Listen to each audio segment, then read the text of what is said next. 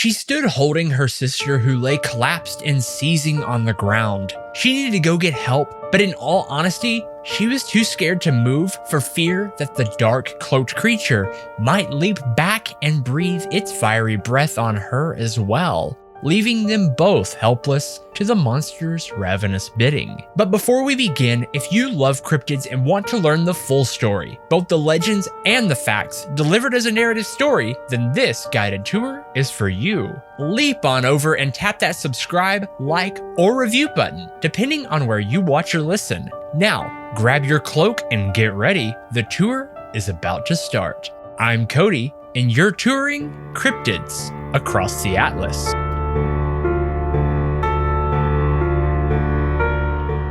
Cryptids can be fascinating to ponder. Creatures spanning the gap from the seemingly plausible to the outlandish and even otherworldly. Sometimes these beasts are not so far from our current understanding of reality, like the jackalope for instance. We have rabbits and we have deer, so a horned rabbit isn't that bizarre really. Then there are those that have actually called Earth home at one time or another. Cryptids like Nessie and the Mapangari are modern takes on ancient beasts. But when it comes to cryptids, nothing captivates us and potentially terrifies us more than humanoids. Chalk it up to the uncanny valley effect, if you will. That guttural response of fear and hostility we get when we see something that looks like us but isn't quite human. The running theory is that this reaction stemmed from generations of fearing, well, something that looked a little too human. Maybe this was Neanderthals, or maybe it was a Sasquatch or Skinwalker, or maybe this theory holds no water at all. But all that to say, sometimes we encounter a cryptid that spans across the gamut, a creature so mysterious and unexplainable that no single category could even hope to define it. Maybe it's a ghost or a ghoul, or maybe it's a mutated man, or maybe it's a prankster, or possibly the devil himself, or maybe, terrifyingly enough, it's all of that and much, much more.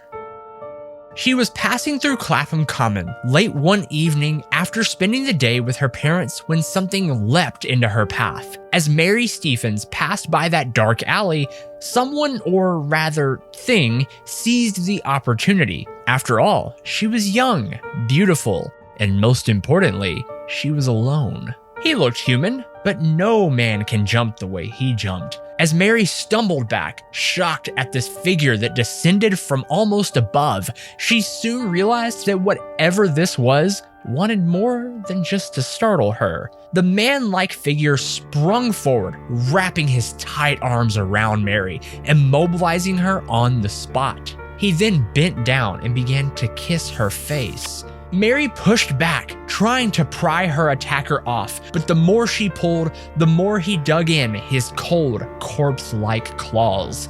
And when I say claws, I'm not speaking in metaphor. His metallic, clammy talons began to tear at Mary's clothes and brushed across her gentle skin, drawing crimson streaks as they glided. Terrified, Mary managed to wiggle herself loose enough to let out a scream for help, causing her attacker to let her loose and bound off into the night. With all this commotion, several local residents found their way to Mary, and after hearing her story and seeing her tattered clothes, multiple people took to the streets and alleys to try and capture this monster. But despite their best efforts, the aggressor was nowhere to be found.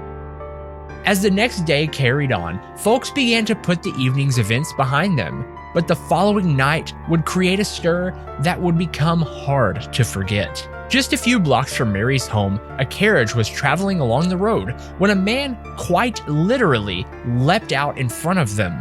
The driver yanked the reins in an effort to avoid the jumping man, but in an attempt to spare this man's life, the carriage lost control and crashed, severely injuring the driver.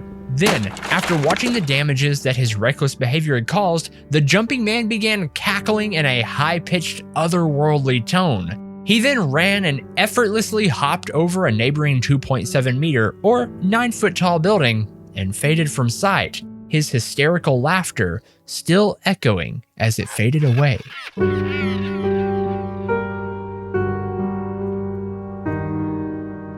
Things continued to progress into madness across London. Conflicted reports detailing claims that he looked as if he was a handsome gentleman, both tall and skinny. Others claimed that his appearance was of a diabolical physiognomy, with clawed hands and eyes that resembled red balls of fire, not unlike our more modern Mothman sightings. Some accounts even claim that under his winged cloak, he wore a tight-fitting oilskin suit, which is a suit designed for sailors to repel water, and that his head was covered by some sort of helmet. And then we have the claims that whatever this thing was resembled more of a bear, or maybe it was a ghost, or quite possibly the devil himself. But no matter the appearance, every encounter detailed one similar thing: the ability to traverse the city in single leaping bounds. A few months after these initial sightings, on January 9th, 1838, a public hearing was held where Sir John Cowan, the Lord Mayor of London at the time, detailed even more bizarre encounters with this bounding character. Cowan reported how this unmanly villain had succeeded in depriving 7 ladies of their senses, 2 of whom are not likely to recover, but to become burdens to their families, so he claimed. Fear of Spring-Heeled Jack had begun to spread. Cowan went on to recount how at one house, the man rang the bell, and when the servant came to open the door, this worse-than-brute stood in a no less dreadful figure than a spectre clad most perfectly. The consequence was that the poor girl immediately swooned and has never from that moment been in her senses. After that public announcement and the consecutive reports in the local papers, letters began to quite literally pile up on the Lord Mayor's desk. Each one a handwritten account mailed in of an experience they too had with this Spring-Heeled Jack. The monstrous man had been sighted in Stockwell, Brixton, Lewisham, Blackheath, Camberwell, and Vauxhall. There had even been a handful of accounts where people, I'm sure a bit shaken from all the attention this had been receiving, quite literally died of fright when they too had an encounter with Jack. As the sightings continued, Lord Mayor Cowan grew more and more frustrated. On one hand, he was convinced that this was the result of dark involvement, that whoever this was had given himself over to the devil and as a result was sent out to do Lucifer's bidding across the earth. But on the other, more rational hand, Cowan had a trusted source report an encounter with a man adorned in bearskin terrorizing a young girl and began to attribute this madness to nothing more than the work of a rebellious prankster, a pantomime display to be exact. But on February 19th, just over a month since his public service announcement, Lord Mayor Cowan would receive word of 2 more encounters with Spring-Heeled Jack, and these encounters would leave him abandoning the notion that this was just an acrobatic trickster. No, after hearing these encounters, Cowan's belief that the devil was loosed in London would be quenched in the fires of certainty.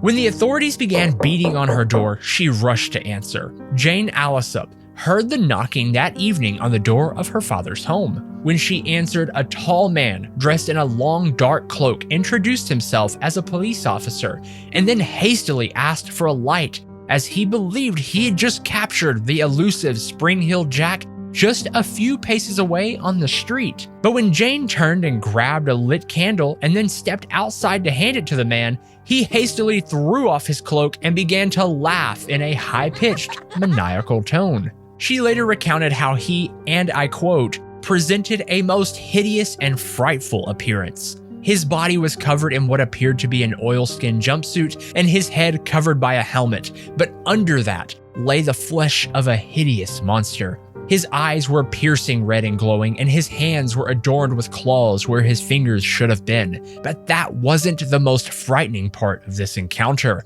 because as he began to laugh maniacally, Jane recounted how blue and white flames began to pour from his mouth, freezing her where she stood. Spring-Heeled Jack then began to tear at the woman's clothes, drawing her deeper into his flaming breath, but Jane managed to momentarily break free. She bolted back toward the steps leading into her father's house, but Jack reached out and grabbed her by the arm and neck, claws tearing into her skin. But just before he could drag Jane away, Her sisters rushed to her aid after hearing all the commotion outside. Just 9 days later, on February 28th, 18-year-old Lucy Scales, accompanied by her sister, were returning home after visiting their father's butcher shop in Limehouse. As they passed Green Dragon Alley, they noticed a shaded figure standing at an angle in the passage. But when they approached the figure, it twisted around in its dark cloak, breathing a quantity of blue flame in her face. Blinded, she instantly fell to the ground and began experiencing violent seizures that consumed her for the next several hours. The young girl's brother had heard their distant screams and rushed out of the house and into the alley, where he saw Lucy cradled by her sister on the ground. They both later recounted how a tall, thin gentleman adorned in a dark cloak and carrying a bullseye lantern covered Lucy in some kind of fiery blue breath before retreating away down the alley. Despite the more widely believed devilish roots, not everyone was so quick to label Spring-Heeled Jack as a servant of darkness, at least not in that way. On March 2nd, after reporting on Jane Allsop's encounter, police arrested and put on trial Thomas Milbank after boasting in a local shop about how he was, in fact, Spring-Heeled Jack in the flesh. And to be honest, evidence did seem to back up his claim. Witness accounts stated that Thomas Milbank had been wearing white overalls that did resemble an oilskin jumpsuit the night of Jane's attack. He had also been seen sporting a long, dark greatcoat that just so happened to be found near Jane's father's home. Heck, even the candle he requested was recovered at the scene of the crime. Evidence was so insurmountable that Thomas was all but convicted of his trial held in Lambeth Street Court. Things for sure didn't look good for him. After all, the officer that arrested him, James Lee, was well respected after successfully hunting down the Red Barn murderer back in 1827. He thought for sure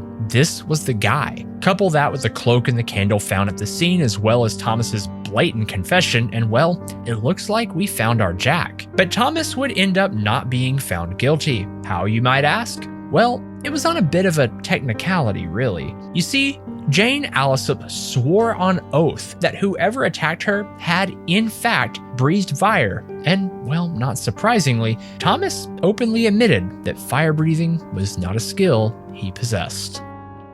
Spring-Heeled Jack seemed to go quiet for a bit after that. Sure, there was the occasional sighting, but nothing quite as on pace with what had previously occurred. Skeptics, by and large, chalked up this character to that of a lone loon, if you will, with subsequent sightings being nothing more than copycats and mass hysteria. One rumor attributes the character to the workings of a noble Irishman, Henry de la Poer Beresford, the third Marquess of Waterford. Henry had a rap sheet with his negative encounters with both police and young women alike. Henry had been known to amuse himself by springing on travelers unawares to frighten them. His macabre sense of humor even went on to earn him the nickname the Mad Marquess. Others attributed Spring-Heeled Jack to the works of imagination and folklore. Older tales of fairies and rogue monsters, as well as devils and boogeymen, could have had people placing supernatural views on more terrestrial occurrences. After all, London has historically had its fair share of serial killers and troublemakers alike. But some people abandoned the supernatural and terrestrial in favor of a more paranormal and even celestial view. Many have claimed that Spring-Heeled Jack is the workings of a cult ritual gone wrong, locking a demon into our ethereal plane to torment humans, or rather that he is just a phantom attacker, a spiritual embodiment that threatens those it encounters. While others claim Spring-Heeled Jack comes from another planet altogether, that the reason he can leap with such ease is due to his extra human strength provided to him from his time in a higher gravity atmosphere. Or maybe it's all exaggeration, fueled by his appearance in London's Penny Dreadfuls. Either way, it's easy to see how these encounters have gone on to help us understand and possibly even influence our own cryptid tales.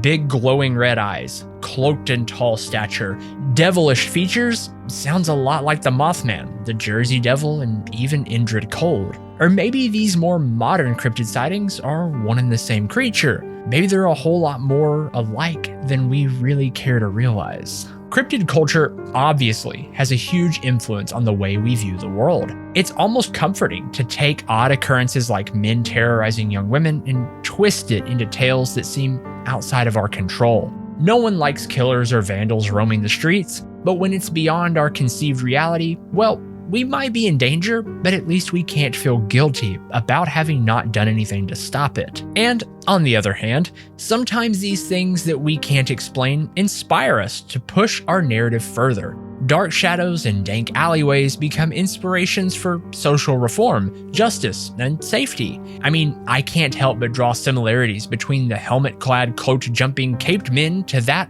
of our modern Batman. Cryptids, whether true or not, are like thinner to our paints. They help us blur together that which we know and that which is beyond our comprehension. And for better or worse, they give us an answer, an item to hold place of certainty, and to keep our minds from collapsing in on themselves. Spring Hill Jack was probably just another group of pranksters, not unlike our modern Redditors who just love to make up a good story. And no shade if that's you, by the way. I love a good Reddit story. Or maybe it was all too real. And if you stick around, I have one more encounter of a good old Spring Hill Jack that took place almost 40 years later that might just be a bit more convincing in an official military report kind of way.